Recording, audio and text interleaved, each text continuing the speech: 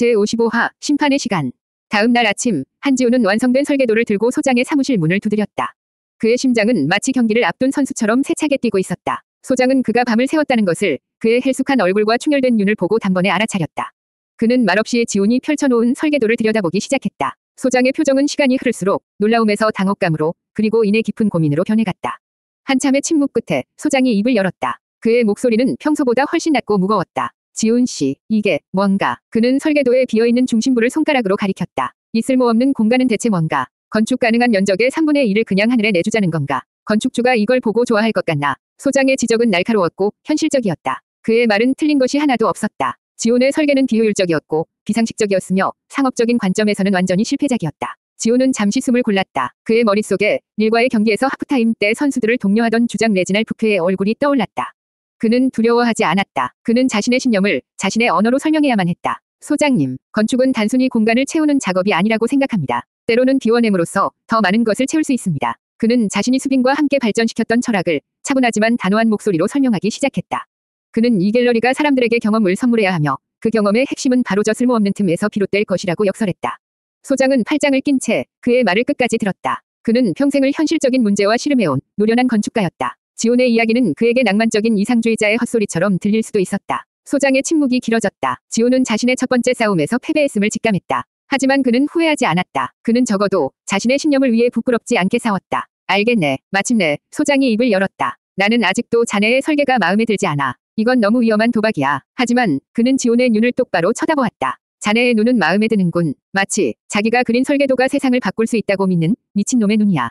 소장은 자리에서 일어나 외투를 집어들었다. 가자. 건축주를 만나러. 단, 조건이 있네. 이 설계도에 대한 설명은 처음부터 끝까지 자네 혼자 하는 걸세. 나는 옆에서 입 다물고 있을 테니. 이건 자네의 싸움이야. 살아남든 죽든 자네 혼자 책임지게. 지훈은 소장을 따라 사무실을 나섰다. 그의 손에는 설계도 원통이 들려 있었다. 그것은 마치 결전의 날에 챙겨든 단 한 자루의 창과도 같았다. 제56화 건축가의 언어. 건축주의 사무실은 그의 명성만큼이나 위압적이었다. 넓은 공간에는 값비싼 미술품들이 전시되어 있었고 거대한 책상 뒤에 앉아있는 노년의 건축주는 날카로운 눈으로 지훈을 훑어보았다. 한지훈은 그의 앞에서 마치 거인 앞에 선 소년처럼 작아지는 것을 느꼈다. 소장은 약속대로 간단한 인사만 나눈 채 한쪽 구석에 앉아 입을 다물었다. 이제 모든 것은 지훈에게 달려 있었다. 그는 떨리는 손으로 설계도를 펼쳤다. 그리고 자신의 첫 번째 프레젠테이션을 시작했다. 그는 건물의 구조나 기능에 대한 이야기부터 시작하지 않았다. 그는 하나의 이야기를 들려주었다. 그는 바쁘고 소란스러운 현대 사회를 살아가는 사람들의 고독에 대해 이야기했다. 그리고 그런 사람들이 잠시 길을 잃고 우연히 발견한 작은 틈에서 위로를 받는 상상에 대해 이야기했다. 그는 하늘과 바람과 그리고 쏟아지는 비와 햇살에 대해 이야기했다. 그의 이야기는 건축 프레젠테이션이라기보다는 한편이 신앙송에 가까웠다. 건축주는 팔짱을 낀 채 아무런 표정 변화 없이 그의 이야기를 듣고 있었다. 지훈의 이야기가 끝나자 건축주는 기다렸다는 듯이 날카로운 질문들을 던지기 시작했다. 그래서 그림은 대체 어디에 걸겠다는 건가? 저 텅 빈 마당의 유지보수 비용은 생각해봤나? 비가 오면 저 공간은 완전히 쓸모없어지는 것 아닌가? 현실적인 질문들 앞에서 지훈이 준비했던 낭만적인 이야기들은 힘을 잃는 듯 보였다. 그는 모든 질문에 성실하게 대답했지만 건축주의 표정은 점점 더 냉담해졌다. 지훈은 패배를 예감했다. 그 순간 그의 머릿속에 낭트와의 결승전, 아름다운 패배의 순간이 스쳐 지나갔다. 그래, 이길 수 없을지도 모른다. 하지만 그렇다고 해서 비굴하게 내 자신을 속일 수는 없다. 그는 마지막으로 준비된 모든 변명을 버리고 자신의 진심을 이야기하기로 결심했다. 그는 설계도를 내려다보는 것을 멈추고 건축주의 눈을 똑바로 쳐다보았다. 회장님께서는 제게 갤러리를 지어달라고 하셨습니다. 하지만 저는 갤러리가 아니라 하나의 경험을 설계했습니다. 회장님의 말씀대로 이 건물은 비효율적이고 불완전합니다. 하지만 저는 감히 이 건물에는 영혼이 담겨 있다고 말씀드리고 싶습니다. 그리고 저는 믿습니다. 이곳을 찾는 사람들은 그림보다 먼저 이 공간의 영혼과 마주하게 될 것이라고. 그의 목소리에는 더 이상 떨림이 없었다. 그것은 자신의 작품에 대한 건축가로서의 순수한 믿음이었다. 길고 무거운 침묵이 흘렀다. 건축주는 아무 말 없이 지훈의 얼굴과 설계도를 번갈아 쳐다보았다. 그의 포커페이스 뒤에 어떤 생각이 숨어 있는지 아무도 알 수 없었다. 지훈의 첫 번째 프로젝트, 그의 건축가로서의 운명이 이제 단 한 사람의 입술 끝에 달려 있었다. 제57화 불완전함의 미합. 길고 무거운 침묵이 흘렀다. 한지훈은 자신의 건축가 인생이 시작되기도 전에 끝났다고 생각했다. 그의 옆에 앉은 소장 역시 체념한 듯 마른 빵을 씹었다. 노년의 건축주는 알 수 없는 표정으로 설계도와 지훈의 얼굴을 번갈아 쳐다볼 뿐이었다. 마침내 그가 입을 열었다. 그의 목소리는 이전보다 한결 부드러워져 있었다. 내가 평생을 바쳐 수집한 그림 중에 가장 아끼는 작품이 하나 있네. 그는 창밖을 바라보며 혼잣말처럼 이야기를 시작했다. 그 그림은 기술적으로는 완벽하지 않아. 구도도 약간 불안정하고 붓터치도 거칠지. 하지만 이상하게도 나는 그 어떤 완벽한 명작보다도 그 그림 앞에 오래 서 있게 되더군. 왜 그런지 아나. 지호는 대답할 수 없었다. 건축주는 희미하게 웃으며 말했다. 그 그림에는 실수가 있거든. 완벽해지려는 욕심을 버린 화가의 솔직한 고백과 따뜻한 체온이 느껴진단 말이야. 완벽함은 사람을 감탄하게 만들지만 마음을 머물게 하는 것은 언제나 이런 불완전한 틈일세. 그는 다시 지훈의 설계도를 가리켰다. 자네의 이 설계도가 꼭 그 그림 같군. 비효율적이고 불친절하고 심지어 어떤 공간은 아무짝에도 쓸모가 없어. 하지만 이상하게도 자꾸만 저 텅 빈 마당에 들어가 앉아 하늘을 보고 싶어지는군. 그는 자리에서 일어나 지훈에게 다가왔다. 그리고 그의 어깨를 툭 치며 말했다. 좋네. 이 미친 설계도 한번 지어보지. 대신 조건이 있네. 앞으로 이 건물에 관한 모든 것은 자네가 직접 책임지게. 나는 자네라는 건축가에게 투자하는 것이니. 사무실로 돌아오는 길, 소장은 한참 동안 아무 말이 없었다. 지훈은 자신이 큰 실수를 저질렀다고 생각했다. 하지만 사무실에 도착하자마자 소장은 그의 등을 거칠게 후려치며 평생 처음 듣는 큰 소리로 웃었다. 하하하, 이 미친놈. 네가 진짜 해낼 줄이야. 오늘 저녁은 내가 쏜다. 그날 저녁, 작은 건축사무소 공간 위 모든 식구들이 모여 막내의 첫 번째 승리를 축하했다. 지호는 처음으로 동료들과 함께 웃고 떠들며 진정한 소속감을 느꼈다. 늦은 밤, 그는 수빈에게 전화를 걸어 기쁜 소식을 알렸다. 수화기 너머로 그녀의 진심 어린 환호성이 들려왔다. 그럴 줄 알았어요. 내가 말했잖아요. 그 설계도에는 영혼이 있다고요. 그는 그녀와의 통화를 마치고 조용히 밤하늘을 바라보았다. 그는 이제 더 이상 혼자가 아니었다. 제58화 첫 삽을 뜨다. 몇 주 후, 오래된 주택가 골목의 비좁은 대지에서 조촐한 착공식이 열렸다. 건축주와 소장, 그리고 몇 명의 선배들과 함께 한지훈은 그 자리에 섰다. 포클레인이 땅을 파헤치며 첫 삽을 뜨는 순간 그는 낯선 감동에 휩싸였다. 그의 머릿속에 스타드 드 프랑스의 푸른 잔디가 떠올랐다. 킥오프 휘슬이 울리고 거대한 경기가 시작되던 바로 그 순간. 지금 이 순간이 바로 건축가 한지훈의 인생이라는 경기, 그 시작을 알리는 휘슬 소리처럼 느껴졌다. 그는 더 이상 보이지 않는 관중이 아니었다. 그는 이제 자신의 이름으로 자신의 설계도를 가지고 이 세상이라는 그라운드 위에 첫 발을 내디딘 진짜 선수였다. 공사는 그의 생각보다 훨씬 더디고 힘들었다. 좁은 골목 때문에 대형 장비가 들어오기 어려웠고 낡은 주변 건물들 때문에 소음과 먼지에 대한 민원도 빗발쳤다. 지호는 사무실에 앉아있는 대신 매일같이 공사 현장으로 출근했다. 그는 안전모를 쓰고 현장 인부들과 함께 먼지를 마시고 땀을 흘렸다. 그는 단순히 작업을 감독하는 것을 넘어 그들의 고된 노동을 이해하려 했었다.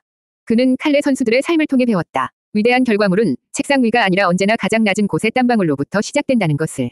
공사가 진행될수록 예상치 못한 문제들이 터져나왔다. 그의 복잡한 설계는 현장의 인부들에게는 너무나도 낯설고 어려운 과제였다. 특히 건물의 중심을 비워두는 파격적인 설계는 평생을 내모반 듯한 짐만 지어온 베테랑 현장 소장의 눈에는 그저 어린 건축가의 치기 어린 장난처럼 보였다.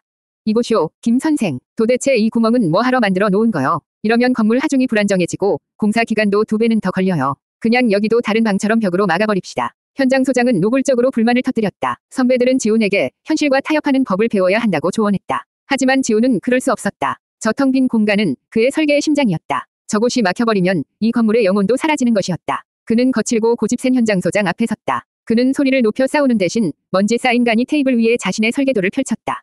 그리고 커피를 건네며 현장 인부들을 모두 불러 모았다. 그는 그들에게 자신이 왜 이런 이상한 건물을 설계했는지 그 이유를 처음부터 끝까지 설명하기 시작했다. 그는 지금 자신의 팀원들을 설득하고 있었다. 제59화 현장의 건축가들. 한지훈은 낡고 거친 간이 테이블 위에 자신의 모든 것이 담긴 설계도를 펼쳤다.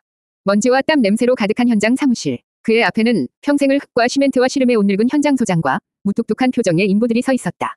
그는 이길 수 없는 싸움을 시작하고 있었다. 하지만 그는 두렵지 않았다. 그는 자신의 팀원들을 설득해야 했다. 그는 기술적인 용어를 사용하는 대신 그들이 이해할 수 있는 언어로 이야기하기 시작했다. 그는 이 건물이 단순히 그림을 거는 공간이 아니라 이 동네 사람들이 잠시 쉬어갈 수 있는 작은 쉼터가 될 것이라고 말했다. 그는 미로처럼 복잡한 동선과 텅 비어있는 중심 마당이 사람들에게 길을 잃는 즐거움과 우연한 만남의 기쁨을 선물할 것이라고 설명했다.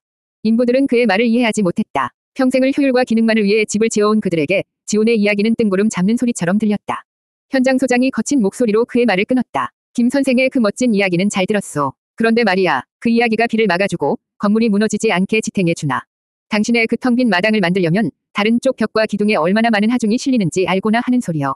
그것은 무시가 아니었다. 현실의 무게를 아는 전문가의 날카로운 질문이었다. 지훈은 그 질문 앞에서 잠시 할 말을 잃었다. 그는 완벽한 대답을 찾지 못했다. 바로 그 순간 그는 칼레의 선수들을 떠올렸다. 그들은 서로의 부족함을 탓하는 대신 서로를 믿고 위지하며 빈틈을 메웠다. 지훈은 고개를 들었다. 그리고 자신의 부족함을 솔직하게 인정했다. 솔직히 말씀드리면 소장님, 저는 아직 그 완벽한 해법을 찾지 못했습니다. 저는 평생을 책상 앞에서 그림만 그려왔습니다. 하지만 소장님께서는 30년 동안 당신의 손으로 직접 집을 지어오셨습니다. 어떻게 하면 이 건물이 무너지지 않고 굳건히 설 수 있는지 그 답은 저보다 소장님께서 더 잘 알고 계실 겁니다. 부디 저의 꿈을 현실로 만들어 주실 지혜를 빌려주십시오. 그의 겸손하고 진솔한 태도에 현장 소장의 표정이 미묘하게 변했다. 그는 더 이상 지훈을 철없는 젊은이로 보지 않았다. 그는 자신의 일에 대한 깊은 존중을 담아 도움을 요청하는 한 명의 동료를 보고 있었다. 소장은 퉁명스럽게 헛기침을 하더니 설계도를 자신의 앞으로 끌어당겼다. 에잉, 일이 2배는 힘들어지겠구먼. 그는 투덜거리면서도 거친 손으로 연필을 잡고 설계도 위에 새로운 선들을 긋기 시작했다. 이쪽 벽의 두께를 좀 더 늘리고 이 기둥에는 철근을 더 박아 넣어야 할 게야. 그리고 그의 옆으로 다른 인부들이 하나둘 모여들기 시작했다. 그들은 자신들의 경험을 바탕으로 더 좋은 재료와 공법에 대한 아이디어를 쏟아내기 시작했다.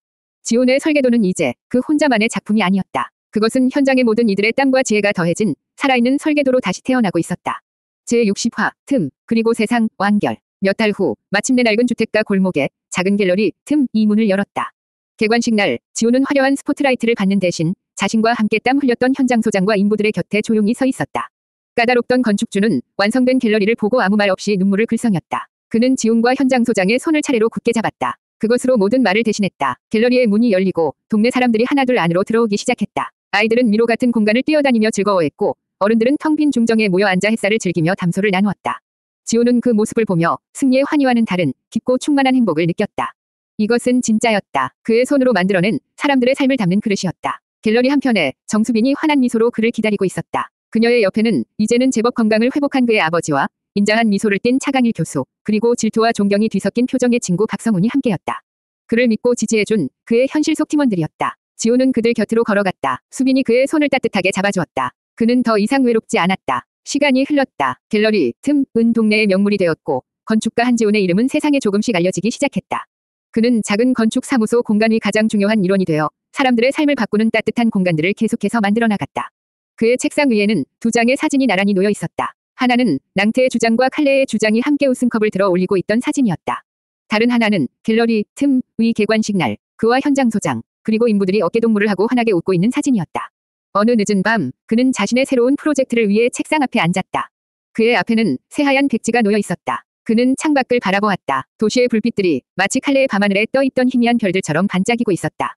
그의 책장에는 할아버지의 낡은 라디오가 조용히 그를 내려다보고 있었다. 마법은 끝났다. 기적 같은 동기화는 더 이상 일어나지 않았다. 하지만 그는 알고 있었다. 진짜 기적은 라디오가 아니었다는 것을. 진짜 기적은 절망의 순간에도 포기하지 않고 자신의 자리에서 묵묵히 싸워나가는 모든 평범한 사람들의 마음속에 있다는 것을.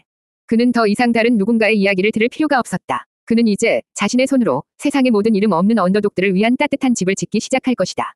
그는 연필을 들었다. 그리고 백지 위에 희망을 담아 첫 번째 선을 그어 나갔다. 그의 길고 길었던 여정은 끝났다. 그리고 그의 진짜 건축은 이제 막 시작되고 있었다.